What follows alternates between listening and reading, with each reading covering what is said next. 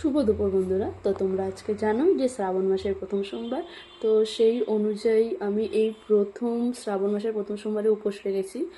আর আমি সেরকম কিছুই জানি না যে কীরকম কীভাবে উপোস করতে হয় বা কি। তোমরা কে কে এই শ্রাবণ মাসে শিবের মাথায় জল দাও প্লাস হলো উপোস করা আমাকে জানাতে ভুলো না।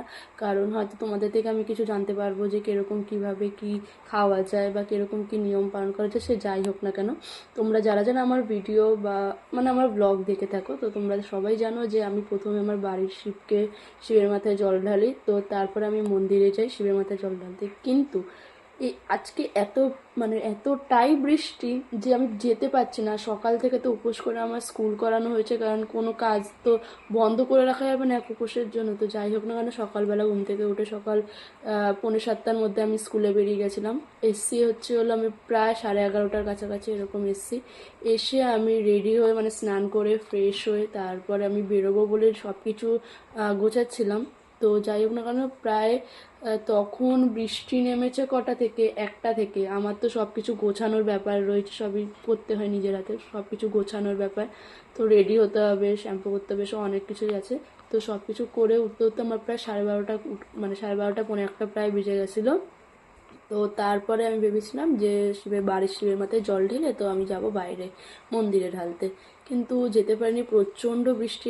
আজকে দুপুর থেকে প্রায় পৌনে 1টা থেকে এতটাই মুষলধারে বৃষ্টি যে আমাদের বাড়ির পুরো রাস্তা পুরো জল জমে গেছে। এতটাই বৃষ্টি আর পুরো অন্ধকার হয়ে গেছে।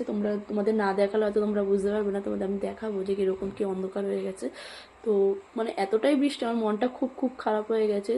ঘরের ঠাকুরকে দিতে পারবো যেরকম আনন্দ, একটু বাইরে গিয়ে সেরকমভাবে শিবের মাথায় জল দাও। কারণ আমি নাম করে ওরকমভাবে ফল কিনে এনেছি না যে ঘরেও দেবো বাইরেও দেবো।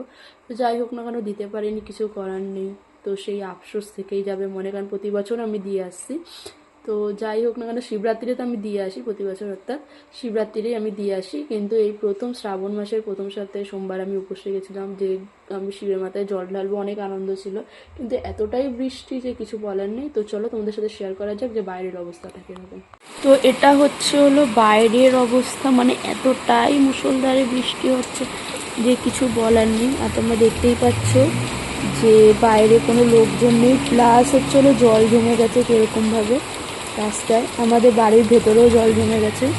তো এই বৃষ্টির মধ্যে কোনোভাবে পসিবল না যে বাইরে যাওয়া। তো যাই হোক না কেন, চলো। এখানে আমি শিবের মাথায় জল ঢালবো বলে সব কিছু রেডি করে রেখেছি। আর এখানে ফল রয়েছে, সব কিছু রয়েছে। শিবায় ওম নমঃ শিবায়।